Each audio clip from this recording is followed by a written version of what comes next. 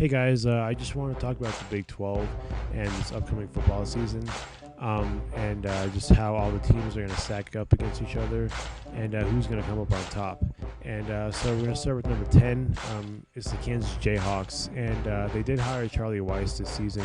He's a great offensive coach, and he's the new head coach, obviously. And they also got Dane Christ, who transferred from Notre Dame, and he's going to be a lot better quarterback than Jordan Webb was last season, who was really bad, and the team overall was really bad. They only won 2 games.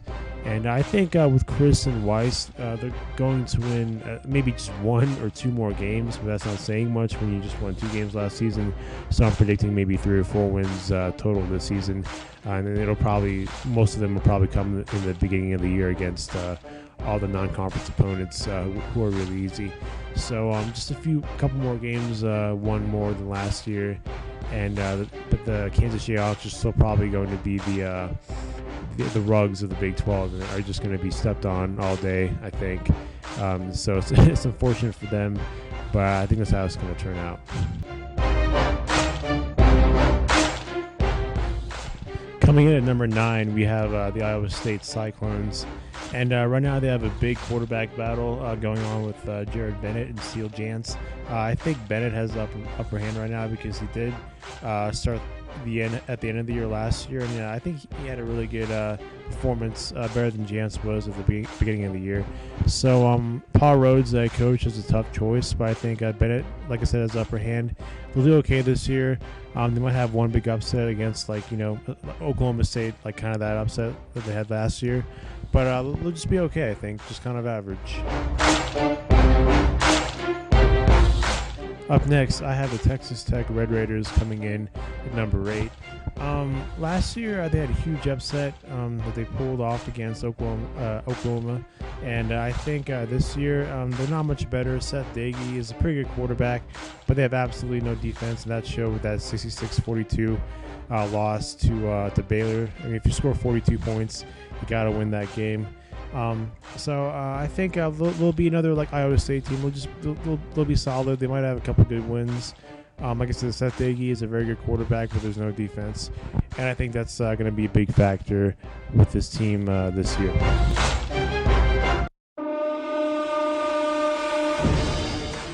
At number 7, I have the Oklahoma State Cowboys. I think a lot of people might think this might be a little bit too low for them, and they could end up being higher by the end of the season. But I just think they lost too many great stars last season, especially Brandon Weeden and Justin Blackman, who were just outstanding and stars last year. Brandon Weeden's going to be replaced by a true freshman in Wes Lunt, and who actually won the job over Clint Shelf and J.W. Walsh, who were expected to compete for the job. So good for him.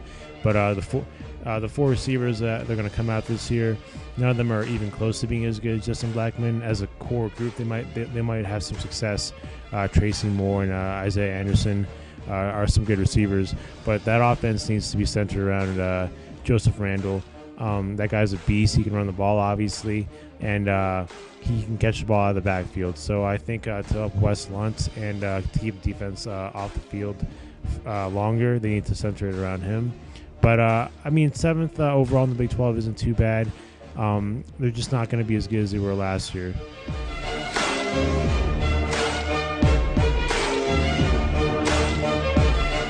And at number 6, we have the Baylor Bears, and I want to put them higher. I'm a huge Baylor fan, but this is about as far as I could put them realistically. Obviously, they lost Heisman Trophy winner Robert Griffin III, but this year is going to be replaced by Nick Florence, who's no scrub. He's started some games. He has experience, and they have a great receiving core in Terrence Williams, one of the top wide receiver projected picks for the NFL draft next year. They got Tevin Reese, who's a very good deep threat. They have Lanier Sampson, who's a very good possession receiver. So they're stacked there. Lake Seastrunk, the transfer from Oregon, is going to play this year. He might start.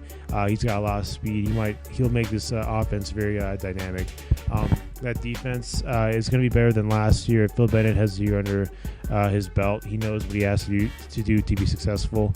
And they've added some additions from the past year's recruiting class to really solidify that defense. And they have more experience. I think they'll just be better overall. And middle of the pack isn't too bad. They could be higher by the end of the year, but I think it's a good place, a realistic place to put them at this point.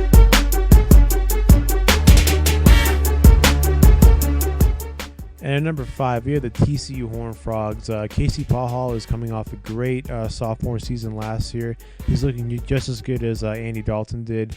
I think Gary Patterson is going to make sure that defense is as good as it used to be, like against the Rose Bowl win against Wisconsin a couple years ago. So I think overall TCU is going to have a very good first year in the Big 12. Where they should have been in the first place like over 10 years ago. So, I think TCU is going to do solid. Probably going to be one-upping Baylor a little bit. But they'll be in the mix, I think, at the end, maybe, if they get some luck on their side.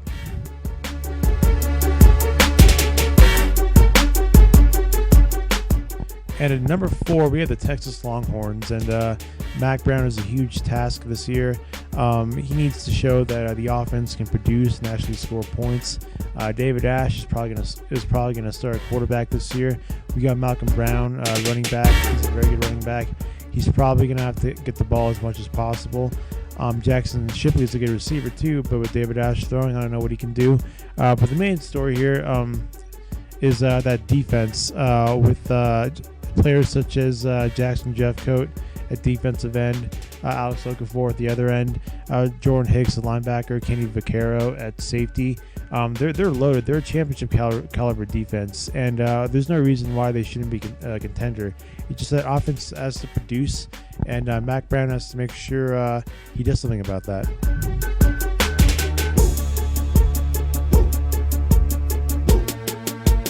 We are down to our top 3, and coming in at number 3 are the Kansas State Wildcats. And the most important players this year are going to be Colin Klein, and Colin Klein. He's a Big 12 and right-handed version of Tim Tebow, in my opinion. He runs the ball effectively. He can't pass very well, but when he needs to, he can. Bill Schneider has a big task in making sure that Colin Klein has the ball as much as possible when they're on offense. He's proven to be very effective. They were second in the Big 12 last year, so it's obvious. It's a very methodical and ugly offense, but like I said, it works. Arthur Brown is my preseason pick for defensive player in the Big 12. He's a great linebacker. They've got some very good pieces on this team, so I think they're going to do very well. I just think they're not going to win. They'll probably be similar to last year as far as wins goes. They'll probably have one less win, but overall it's going to be a very good year for the Kansas State Wildcats.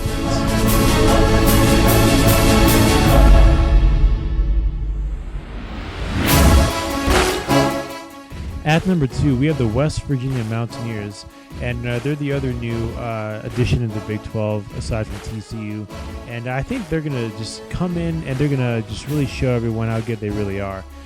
They got a great quarterback in Geno Smith. He passed very well against that awesome LSU secondary last year.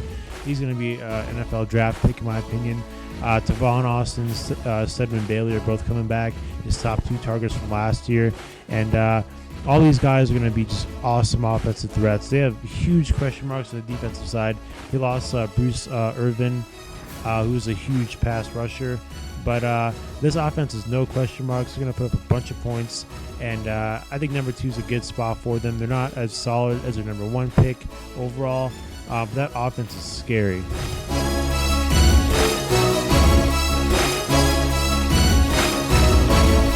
All right, drum roll. At number 1, we have the Oklahoma Sooners, and that should come as no surprise to anyone. They've been the class of the Big 12 the past few years. This year, they have the best combination of good offense and a good defense. Obviously, Landry Jones coming back for his senior season. He threw for over 4,400 yards last year, 29 touchdowns, 15 interceptions. Kenny Stills is in as the main wide receiver. Ryan Broyles is obviously gone now. And there's some huge hype with Trey Meteor. I don't know if I said his name correctly. But everyone's saying he's like the new Justin Blackman.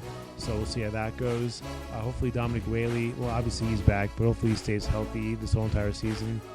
They have a solid defense. They're the only team in the Big 12, in my opinion, who's really going to be competing for a national championship, with West Virginia maybe having an outside chance of that too. But Oklahoma is definitely the class of the Big 12. And I think they're going to live up to expectations this season and show everybody why they're number one this year.